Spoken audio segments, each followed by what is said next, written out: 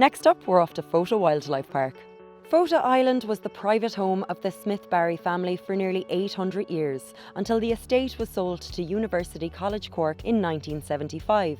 As a joint project between UCC and the Zoological Society of Ireland, Fota Wildlife Park was opened in 1983, with the primary aim of conservation of global wildlife. The park is listed in the top 10 places to visit in Ireland, with almost 500,000 people coming through the gates each year. The recently opened Asian sanctuary is already home to a number of critically endangered species, including the Sumatran tiger and the Indian rhino. And in early June, 2 Asian female lions, Cheetah and Gira, arrived in Fota after a journey across 6 countries. We're about to meet the park's director to find out more about why wildlife parks are so important.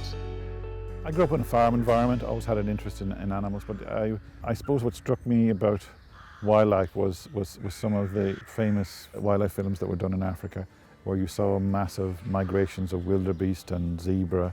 You saw predators basically chasing down young wildebeest, and that was very dramatic. And I felt, as a young guy, I felt, I needed to help these in such a way. But I later realised, this behaviour is natural. It's part of the ecosystem. Even in Africa now, the populations of animals are getting smaller and smaller. They can't migrate over big distances anymore. So you have to bring animals from A to B, and you have to ensure that there's no inbreeding, etc. But we also have global warming.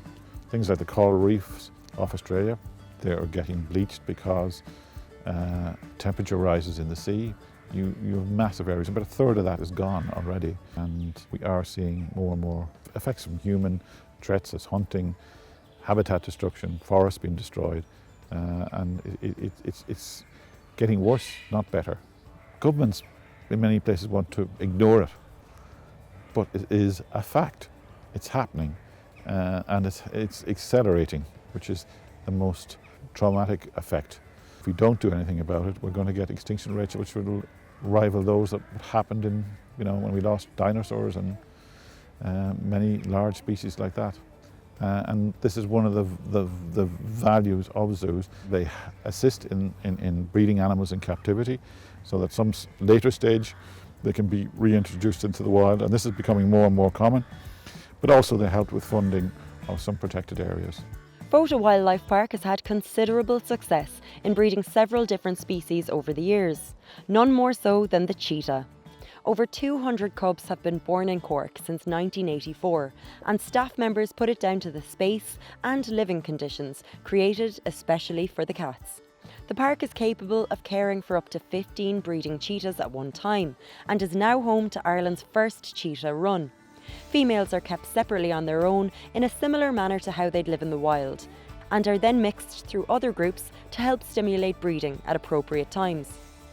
VIP tour guide Willie first came to Fota 27 years ago and has gone from a summer student to head warden. And now he takes people behind the scenes of the park and passes on all of his knowledge and anecdotes about the different animals to the public. My road has changed an awful lot to go from a seasonal worker, young lads on the tour train, picking papers, cutting grass, becoming a zookeeper. But I do the VIP tours now, and we talk a lot about conservation education. As you know, there's a lot of things happening in Asia, China, India, fast growing economies out there, so there's a lot of poaching, stuff like that going on. This last weekend we had the Asiatic lions, which there's only, I think, less than 300 left in the wild at the moment. So 2 species we've sent back to the wild is the European bison. As early as 8 weeks ago we sent 7 back to a national park in Spain, and again the similar to horned oryx we returned to Africa, which have been extinct out there. But also, most importantly, I also look after some of our native species. Ireland's zoos and wild parks are leading the way.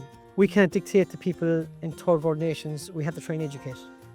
And I think if we can help out there, we're securing the world's future, do you know what I mean? So if we all do a bit to play, I mean, only in the last 12 months I'm starting to get the train to walk, so I'm helping with my footprint, I think, Fota's award-winning education department was established in 1995, and more than 13,000 students of all ages take part every year.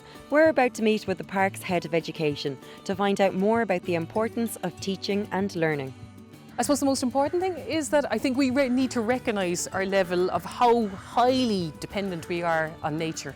I think people often overlook the fact that it provides us with obviously essential ecosystem services, whether it's air, water generation and purification, obviously things like disease prevention, flood mitigation. I think we often tend to overlook that. I think we perceive ourselves as being so technologically advanced and probably so futuristic in terms of our development in this day and age that we actually need to go back to our grassroots in terms of recognising that nature has brought us to where we are at this particular point in time. So I suppose from my own perspective, I think we need to develop a sense of gratitude towards what nature has given us and how it's helped us over millions of years, so to speak. But that's a very difficult one, I think, to engender in the space of maybe 4 or 5 hours, which you're allocated to having a student group for. But it's something that long term, when I eventually retire from here, Judy, that is the message I'd love to leave students with. If you'd like to find out more information about Fota and their conservation projects, you can visit fotawildlife.ie. We're off to a quick break now, but we'll be right back with more stories from Cork.